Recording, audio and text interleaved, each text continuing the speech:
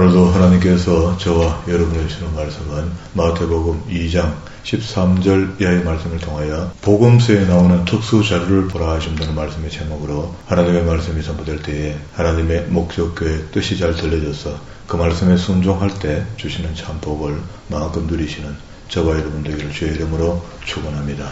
지난 시간부터 신약 성경을 보게 되었는데요. 창세기부터 말라기까지 성경을 보았고요. 그리고 이제 마태복음도 요한계시록까지 신약 성경을 보게 되는데 14번째 되겠습니다. 이렇게 하는 동안에 복음서 4권 안에 들어있는 특별한 자료들이 있다라고 분석이 됐고, 마가, 누가, 요한복음 속에는 없는 정보들이 마태복음의 23개의 이적과 기적과 사건에 대해서 다루고 있다. 그리고 마가복음 안에는 9개의 특수한 자료가 있다. 누가복음에는 38개의 특수한 자료가 있다. 요한복음에는 60개의 특별한 자료들이 숨어있다. 그렇게 해서 전체를 헤아려 보니까 물론 상세히 보면 되겠지만은 우리가 분석한 결론은 130개 정도 되는 사건과 이적과 기적들이 복음서에 다 걸려있다. 그러면 이것을 순서대로 우리가 다 한번 살펴보는 것이 주님의 공생애 속에서 130가지의 이 일들을 4명의 기자를 통해서 기록했고, 마태는 마태의 관점에서 특수한 자료를 기록했고, 마가는 마가대로, 누가는 누가대로, 요한은 요한대로 130가지의 특별한 자료들을 성경 속에 수록해 놨는데, 우리는 그 앞뒤 없이 구분도 없이 계속 읽어내리니까 알기는 아는데 왜 마태는 이것을 찾아서 기록했는지, 마가는 왜 이것을 기록했는지, 누가는 왜, 요한은 왜, 이런 것들 관점으로 우리가 성경을 살펴보면 성경이 좀 더 깊이 있게 보이지 않겠는가, 이런 생각을 하면서 오늘 마태복음에만 들어있는 첫 번째입니다. 23개 중에 첫 번째인데, 애국으로 피신했다가 다시 돌아오는 과정을 13절부터 23절까지 기록하고 있거든요. 우리 이거 너무 잘 아는 이야기죠. 동방박사들의 유황, 모략, 애물을 참배를 받고 난 뒤에, 경배를 받고 난 뒤에 2장 12절에 보면 그들은 꿈에 헤롯에게로 돌아가지 말라. 돌아갈 때 헤롯에게로 가서 만났다 말았다 하는 정보들을 좀 주기로 했는데, 그렇게 하지 말고 다른 길로 가라 라고 해서 돌아갔죠. 이때 동방박사들이랑 이 사람들이 전설에 의하면 다니엘의 제자들이었을 것이다, 이렇게 이야기를 하는 겁니다. 이 사람들이 하늘의 별들을 보는 이런 사람들이었거든요. 그래서 하늘의 별이, 샛별이 반짝이기 시작하니까 그 별이 인도하는 대로 여기 왔더니, 그리고 12절에 그들이 꿈에 헤롯에게 돌아가지 말라 지시함을 받아 다른 길로 고국으로 돌아가 버리고, 그리고 헤롯이 이제 난리 났죠. 이거 뭐 이상하다, 나 말고 또 왕이 또 태어난다 하니, 그래서 그 시로부터 정해서 플러스 마이너스를 정해갖고 한 2살 안에 들어있는 아이들을 다 죽이라, 이렇게 명령을 내리는 겁니다. 그 명령이 오늘 우리 본문의 말씀 속에 16절 후미에 2살부터 그 아래로 다 죽이니라. 그 죽이는 가운데 이때 하나님께서 전능하시니까 헤롯을 죽여버리든지 막 이렇게 하면 간단할 건데, 하나님 그렇게 안 하시죠. 할 수 있는데도 안 하시는 것, 이게 이제 하나님의 입장입니다. 성경을 통해서 하나님이 왜 그걸 그렇게 안 하시는지를 우리가 이해할 때에 하나님의 마음이 조금 이해가 안 되겠습니까? 그리고 난 뒤에 에레미야 31장 15절에도 18절에 있는 이 말씀이 인용되어졌다. 그래서 큰 통곡이 있었다. 그게 어린아이가 태어나자마자 2살 밑으로 된 아이를 다 죽였으니까 그 지역에. 각 집마다 통곡이 있었는데, 마치 장자의 죽음, 그렇게 출애굽할 때 애굽에서 장자의 죽음이 애굽 집안에 다 있었잖아요. 바로의 장자부터 다 죽었단 말이죠. 그러니까 전국에 통곡이 일어나는 겁니다. 그런 내통. 19절에 헤롯이 죽은 후에 주의 사자가 애굽에서 요셉에게 현몽하여 이르되, 일어나 아기와 그 어머니를 데리고 이스라엘 땅으로 가라. 아기의 목숨을 찾던 자들이 죽었느니라 하시니, 요셉이 일어나 아기와 그 어머니를 데리고 이스라엘 땅으로 들어가니라. 다시 돌아왔다는 이야기죠. 그러나 아겔라오가 그의 아버지 헤롯을 이어 유대 임금이 됨을 듣고 거기로 가기를 무서워했더니 꿈의 지시함을 받아 갈릴리 지방으로 떠나가 나사렛이라는 동네에 가서 사니, 이는 선지자로 하신 말씀에 나사렛 사람이라 청하리라 하심을 이루려 함이라. 그렇게 우연히가 아니죠. 거기 가려는 게 좀 두려워져서 다른 지역에 사는데, 그게 구약의 말씀에 예언된 대로 예수님께서 나사렛 사람이라 칭함을 받게 되는 원인이 됩니다. 거기서 살았기 때문에 우리가 이제 옛날에 대구 출신이다, 전라도 출신이다, 부산 출신이다 이런 호가 붙잖아요. 어디든지 가면은요. 그 사람 청도 사람이다, 경산 사람이다 이렇게 붙듯이 예수님은 호가 붙은 거예요. 아, 나사렛 사람이다. 그래 갈릴리에서 무슨 선왕이 나오겠노? 이런 말까지 나오는 거예요. 두 번째가 5장입니다. 5장 33절로 가는데요. 그럼 그 과정 속에 예수님께서 태어나셨고 애굽에 피신했다가 다시 돌아왔고 갈릴리에서 살게 됐고 그리고 유년시를 여기서 보내게 됩니다. 보내게 될 때 그 중간에 세례 요한이 나타난 거죠. 3장 1절에 그때 세례 요한이 이르러 유대 광야에서 전파하니 이렇게 해서 이 세례 요한이 지난 시간에 우리 이야기한 대로 말라기 4장 마지막 부분에 있는 부분 내가 때가 되면 엘리야를 보내겠다 했는데 그 엘리야가 맞습니다. 그죠? 그 엘리야가 맞는데 이게 이제 신약에서 예수님 공생에 하는 도중에 그 세례 요한이 이제 잡혀서 죽게 되었습니다. 헤롯에게. 그때 마지막으로 답답한 마음으로 제자를 보내갖고 예수님께 여쭤보라 했거든요. 그 이야기가 마태복음 11장 1절과 15절의 말씀에 들어있는 이야기입니다. 그래서 제자들이 가서 물으니까 내가 하는 걸 보고 그대로 설명해 주라. 이렇게 이야기하니까 다음에 오실 일을 기다려야 됩니까? 아니면 그가 그입니까? 이렇게 메시아냐 물었더니 그 이야기를 그렇게 설명했거든요. 그리고 이제 세례 요한은 예수님의 첩경을 여는 분이었고 마지막 선지자였고 자기 사명을 다하고 목이 잘려서 죽습니다. 그죠? 그 다음에 세례 요한을 통해서 예수님께서 세례받는 장면이 13절부터 있고요. 그리고 또 4장 1절부터는 이제 예수님이지만 이 땅에 육신으로 오셨기 이런저런 고난을 받게 되는데 그 고난 중에 하나가 시험입니다. 마귀가 하나님의 말씀으로 시험을 하게 됩니다.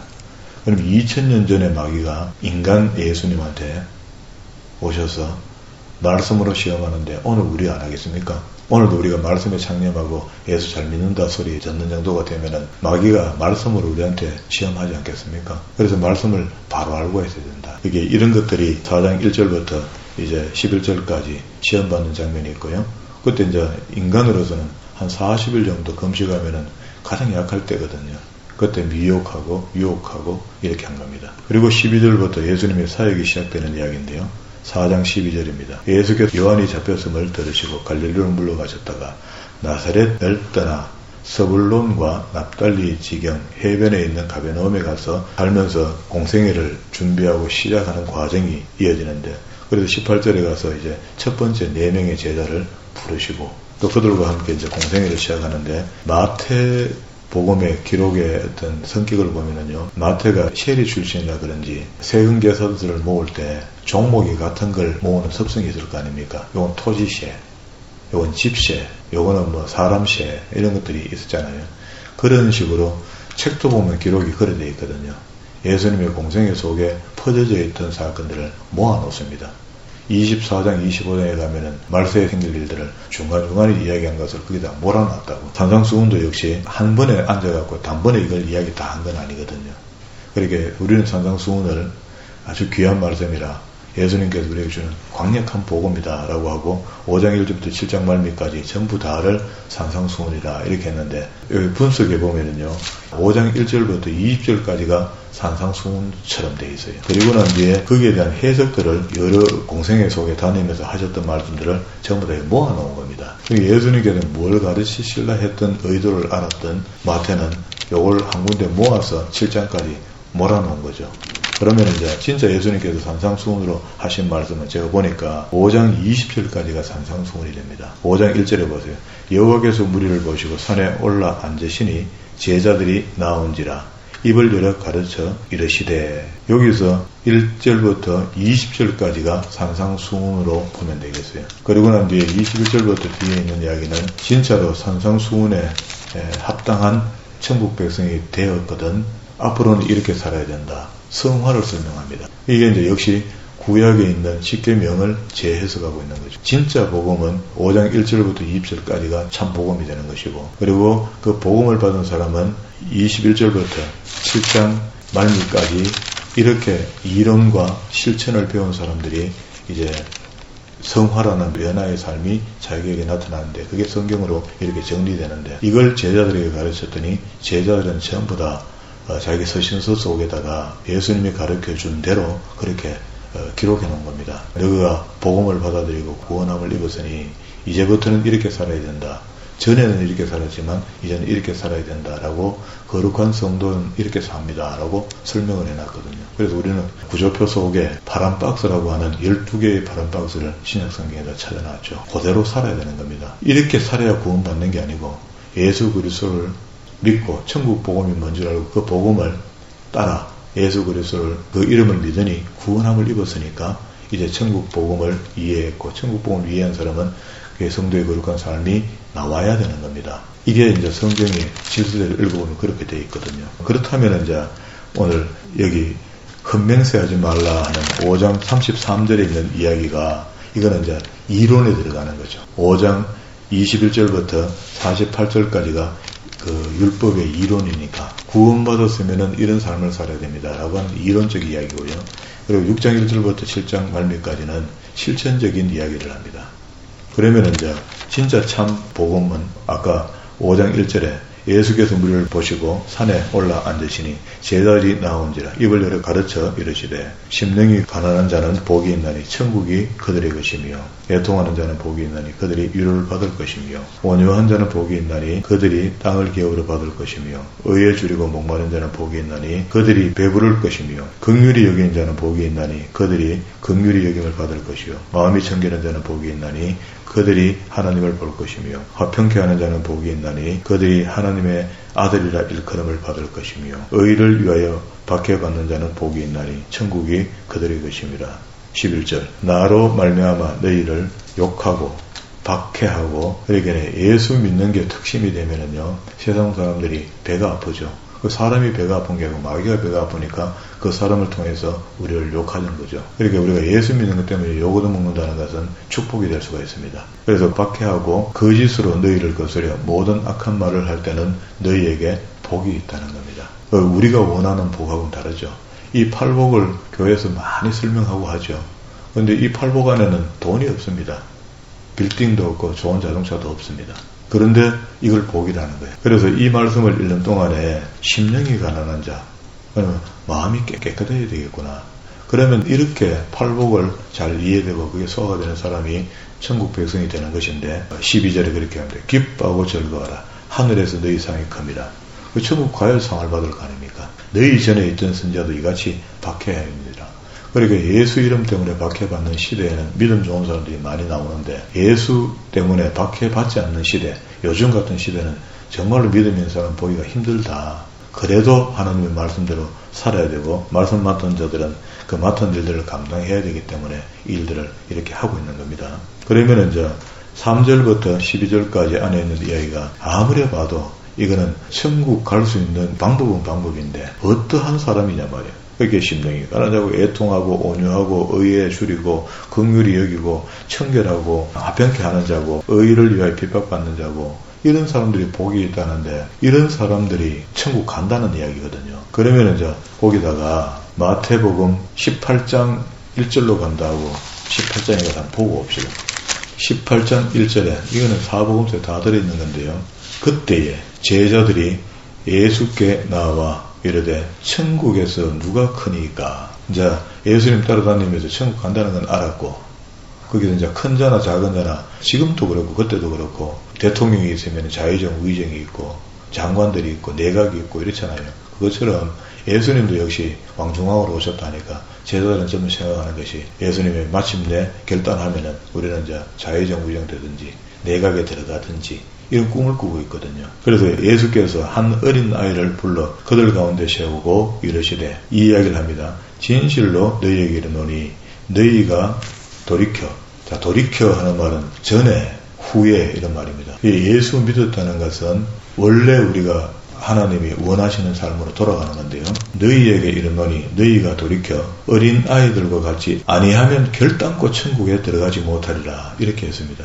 천국에 들어가야 될 사람이 심령이 깨끗해지고 아까 우리 읽다가 본 거 심령이 가난한 자, 애통하는 자, 온유한 자, 의에 줄이고 목마른 자, 긍휼히 여기는 자, 마음이 청결한 자, 화평하는 자 이런 사람들을 지칭하는 겁니다. 그게 어른인데 어린 나이야. 마음이 아주 애리고 선하고 하나님이 정말 쓸만한 그릇들이야. 그게 예수 믿는다고 바뀐 사람들입니다. 그러면 이런 사람들이 아니면 결단코 천국에 들어가지 못하는데 예수 믿습니다 하고 고백했는데 그걸 통해서 구원함을 있기는 입었다고 우리가 믿잖아요. 입었으면은 반드시 성화가 따라온다는 겁니다. 따라오는데 따라오는 순간에 우리가 착한 사람으로 바뀐다는 거예요. 그래서 이 결론은 이렇게 이야기합니다. 4절에 그러므로 누구든지 이 어린아이와 같이 자기를 낮추는 사람, 우리가 어른이면서도 어린아이 같은 심령을 가진 것으로 복음을 듣고 난 뒤에는 바뀐다는 겁니다. 왜? 이제 천국이 내 것인데 땅에서 뭘 아웅다웅 살 게 있나. 땅에서 뭐 돈이 1만금이 돼도 천국 못 가는 수가 있는데 그 돈 때문에 아웅다웅 할 게 없다. 그러나 돈이 없으면 불편하긴 하겠지만은 그것도 이제 주님께서 들의 백합을 봐라, 하늘의 새를 봐라. 그거 다 내가 키운 거야. 내가 먹이를 준 거야. 내가 태양을 주고 내가 빛을 주고 바람을 보내주고 비를 내려준 거야. 그런 말이죠. 그러면 이제 예수님을 만난 사람은 자기를 낮출 수 있는 사람이 되어야 됩니다. 자기를 못 낮추는 사람이 천국 가겠다는 것도 어쩌거나 맞지 않다는 겁니다. 그래서 자기를 낮추는 사람이 천국에서 큰 자가 된다. 그게 태클리에가 천국 갈 것인가 아니면 넉넉히 천국에 들어갈 것인가는 본인이 선택하면 돼요. 그 태클리 하다가 모자라면 못 들어가는 수가 생깁니다. 천국에 들어갈 사람들은 어린아이 같은 심령을 가진 사람이다. 예수 믿는 사람들은 다 1차적으로 어린아이 같은 심령으로 바뀐다. 깨끗한 심령으로 바뀐다. 그걸 마태복음 다시 5장 13절에 보면은요. 너희는 세상의 소금이라. 너희는 누굽니까? 어린아이 같은 심령이 된 사람. 예수 그리스도를 영접하고 천사 같은 사람이 깨끗해져서 악한 행실이 착한 행실로 바뀐 사람. 그런 사람이 소금이라 이야기합니다. 그럼 세상에서 우리는 소금이 어떤 역할을 한다는 걸 알고 있잖아요. 세상을 부패하지 않고 나쁘게 가지 않도록 한다 하는 의미가 있잖아. 그러면 내가 예수 그리스도를 영접하고 소금이 됐다는 이야기는 어떻게 해요? 세상을 내 같은 사람이 수가 많아지면 세상이 부패하지 썩어지지 않는다 그런 이야기거든요. 그런데 오늘날 우리가 세상이 썩어져가는 것을 보면은 그리스도인들이 그리스도인들 역할을 다 하지 못했을 때 이런 현상들이 벌어지는 겁니다. 그러면 이제 이런 어려운 상황들이 계속해서 벌어지면은요, 마지막에 가면은 결국은 주님의 재림 심판을 하지 않으면 안 되도록 되어가는 시간들이 다가온다는 겁니다. 그래서 우리 예수 믿는 사람들이 13절에 너희는 세상의 소금이니 소금이 만일 그 맛을 잃으면 무엇으로 짜게 하리요? 후에는 아무 쓸데없이 다만 밖에 버려져 사람에게 밟힐 뿐이니라. 만약에 우리가 그리스도인 삶을 못 살면 오늘과 같은 이런 일이 벌어지는 겁니다. 정강 목사가 지난주에 잡혀가고 구속이 되고 이러니까 또 좌파 우파에서는 막 이런 애들도 가만히 있는 목사님이 뭐냐 하고 막 욕을 하고요. 나 무슨 배짱으로 그걸 그렇게 하는지 모르겠어요. 너희는 세상의 빛이라. 산 위에 있는 동네가 숨기지 못할 것이요. 그러니까 악을 악으로 이기려면 못 이깁니다. 우리가 진짜 한국에 몇 프로 되지 않는 그리스도인이 지금도 이 정권이 그렇게 악하거든요. 선으로 악을 이겨야 됩니다. 그게 성경의 진리고 그게 예수님의 말씀이거든요. 그렇게 해야 되는데 악을 악으로 이기려고 들어대니까 이게 지금 될 일입니까? 많이 힘들겠다. 15절에 사람이 등불을 켜서 말 아래 두지 아니하고 등경 위에 두나니 이러므로 집 안에 모든 사람에게 빛이느니라. 그러니까 예수 믿었다는 것은 소금도 되고 빛도 되고 등불도 되는데 이 등경을 누가 켜서 말통에 숨겨놓은 사람이 어디 있노? 높은 데 얹어놔도 그 빛이 모든 사람에게 비치도록 해야 되는데 자랑하라는 것이 아니고 내가 살아가는 삶이 빛이 되어서 다른 사람에게 영향력을 미치는 사람이 되어야 된다는 거예요. 그러니까 그거는 대통령에 대해서 영향력을 미치는 사람도 될 수가 있겠죠. 그런데 평범하게 사는 사람, 자기가 살고 있는 그곳에서 빛과 소금의 역할을 충분히 감당하면 됩니다.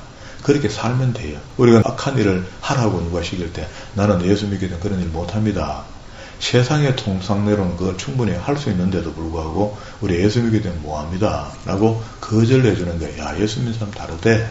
라는 소리가 빛이 되고 소금이 된다는 겁니다. 16절 이같이 너희 빛이 사람 앞에 비치게 하여 그들로 너희 착한 행실을 보고 하늘에 계신 아버지께 영광을 돌리게 하라. 그들로 누구? 이게 지금 무슨 소리입니까? 예수님께서 처음으로 공생에 시작할 때에 예수님께서 천국 복음을 전가하는 일이거든요.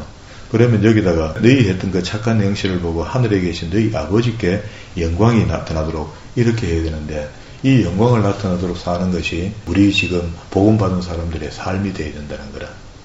그러니까 이 삶이 뭐랍니까? 이런 삶이 하나님의 선전판매를 하지 않습니까? 베드로가. 그러면은 여러 제자들 중에 한 사람인 베드로가 예수님의 제자 밑에서 3년을 배웠죠. 배우고 난 뒤에 예수님께서는 잡혀서 죽으시고 또 부활하시고 또 승천하시고 그리고 재림주로 오실 것을 우리가 기다리는 사람이 된 거죠. 사람 쪽에서는. 근데 어떻게 하고 기다리란 말입니까? 그러니까 예수 그리스도를 믿는 사람들은 착한 행실이 나오는 사람이 돼야 되고 그것이 빛과 소금이 돼야 된다는 거예요. 이런 착한 행실이 있는 사람일 때 그 사람을 보면서 와, 야, 예수 믿는 사람 대단한데 라는 표현을 하게 된다는 겁니다.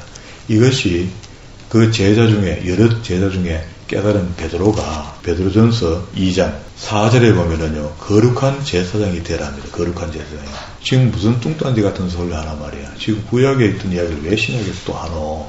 이렇게 이야기하는데 예수님께서는 오셔서 율법을 한 번도 폐한 적이 없습니다. 그게 앞에 다시 마태복음 5장 17절에 가면은요, 예수님께서 전해준 이 복음은요, 우리가 예수 그리스도를 믿는다는 것은 우리의 심령이 어린 아이같이 되어서 천국 갈 준비가 끝난 사람처럼 되는데, 그렇게 된 사람을 마치 소금처럼, 마치 등대처럼 이렇게 살아야 되는데, 그것을 실질적으로 설명하면은 네 행실이 깨끗한 사람이 돼야 되고, 그렇게 사는 사람을 보고 저 사람 보니까 하나님 믿는 거 맞네, 영광이 나타나도록 살아라 하는 것이, 이걸 깨달은 베드로가 이 이야기를 지금 베드로전서 2장 9절에서 하거든요. 왜 베드로가 이렇게 구약에 있는 말씀을 갖고 또 신약에 있는 말씀인 양 이렇게 이야기하냐, 이렇게 했을 때 예수님께서 오셔서 그걸 갖다가 정당화시켜 놨습니다. 보세요. 5장 17절에 내가 율법이나 선지자를 폐하러 온 줄로 생각하지 말라. 폐하러 온 것이 아니요 완전케 하려 함이라. 진실로 너에게 이르노니 천지가 없어지기 전에는 율법의 1점의 1핵이라도 결코 없어지지 아니하고 다 이룬다.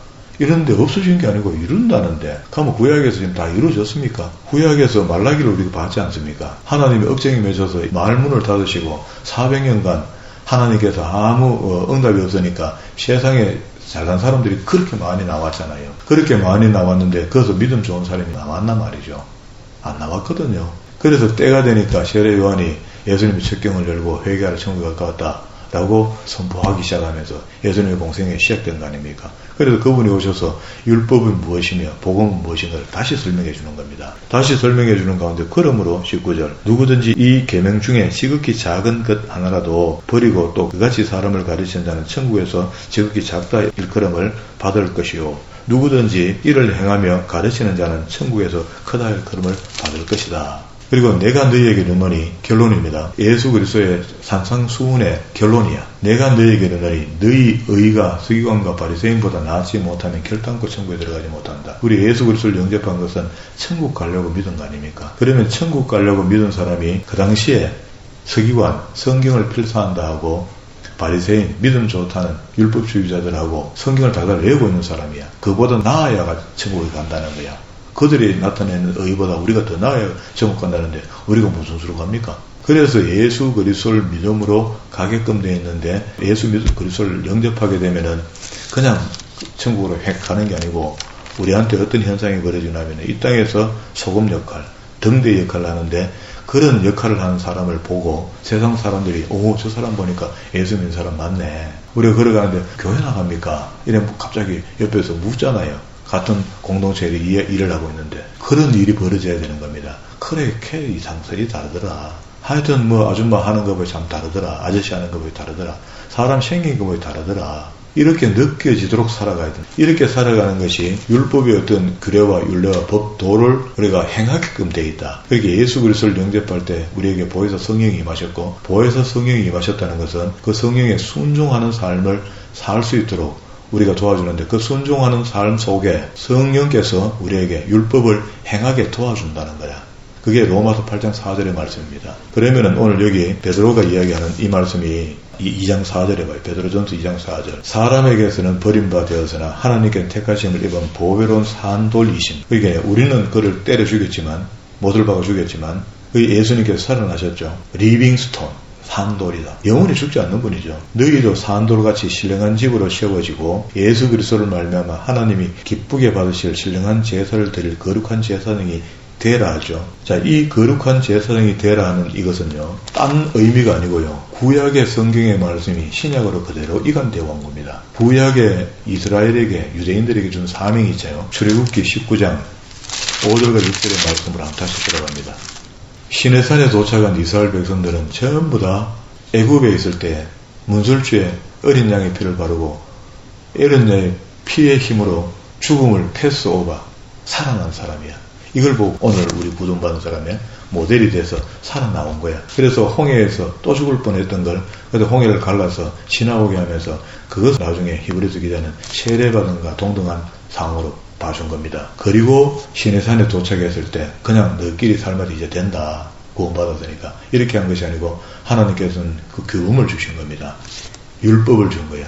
율법의 핵심인 십계명을 주게 되는데 시내산 앞에 도착했을 때 모세가 하나님이 임하신 떨기불 속에 임하신 시내산 위에 오르락내락을 8번이나 하면서 첫 번째 올라갔을 때 5절과 6절의 말씀입니다. 세계가 다 내게 속하였나니 너희가 내 말을 잘 듣고 내 언약을 지키면 너희는 모든 민족 중에서 내 소유가 되겠고 너희가 내게 대하여 제사장의 나라가 되며 거룩한 백성이 된다. 그게 하나님의 택한 백성이 되었다는 것은 우리는 거룩해졌기 때문에 하나님의 택한 백성이 된 게 아니고 하나님의 택한 백성으로 인침받는 순간부터 우리는 변화가 나타난다. 그 변화가 거룩한 백성으로 바뀐다는 거야. 이렇게 되어서 만민들, 그렇게 창세기 11장에도 언어가 혼잡돼서 온 세계로 흩어져 살고 있는 그들에게 가서 하나님이 이런 분이고 하나님께로 지금 돌아와야 된다 라고 전도하라는 겁니다. 사마리아 땅까지 복음을 전가라는 예수님의 명령과 똑같은 이야기야. 구약의 하나님이 그 명령을 줬는데 이스라엘 백성들이 자기들의 하나님으로 국한시키고 다른 신을 갖다 섬기는 이상한 일을 벌인 겁니다. 그렇게 해서 이스라엘의 역사가 이루어지고 있다가 결국 아무것도 아닌 나라처럼 되어버리는 유다에 약속대로 예수님이 오신 겁니다. 그 장자 민족의 약속을, 언약을 하나님께는 저버리지 않고 장자 민족 다윗의 시에서 예수님이 나온 겁니다.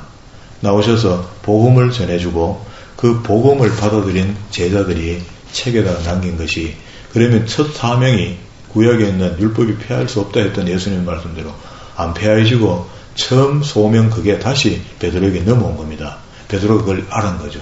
알고 난 뒤에 다시 베드로전서 2장 4절부터 그 이야기를 하다가 쭉 내려옵니다.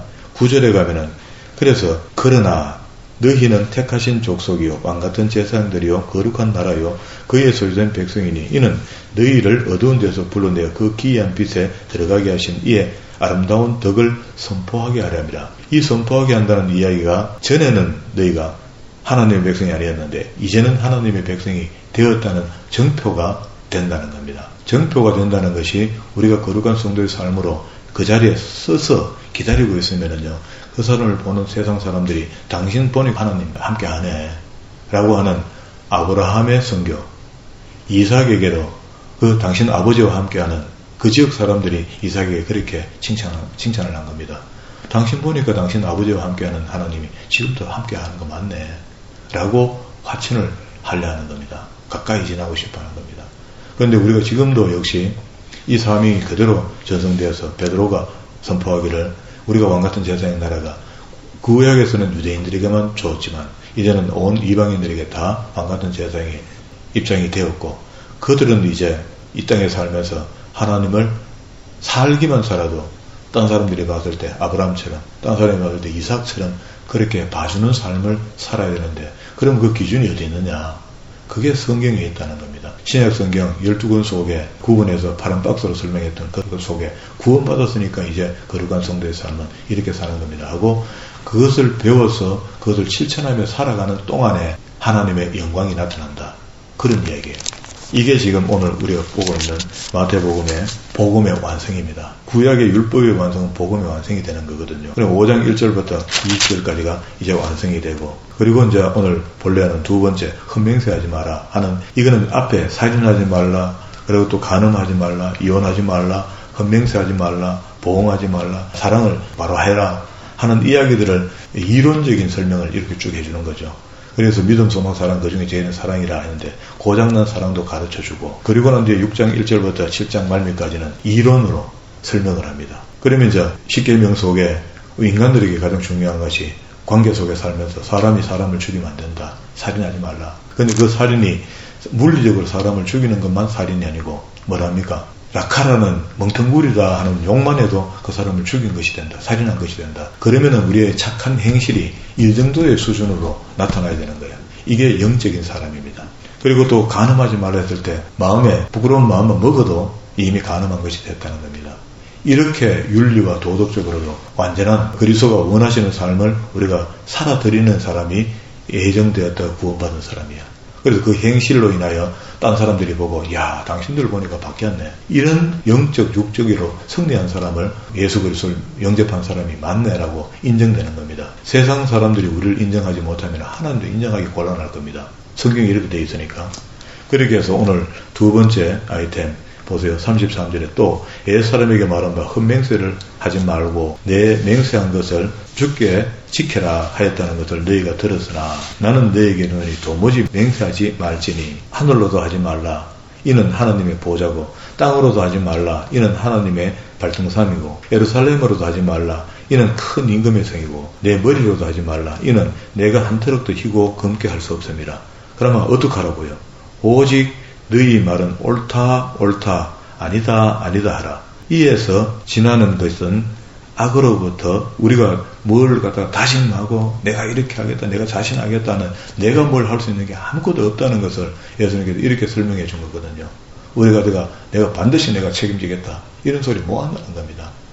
내가 아무리 책임져도 하나님 허락하지 않으면 아무것도 안 된다는 거거든요.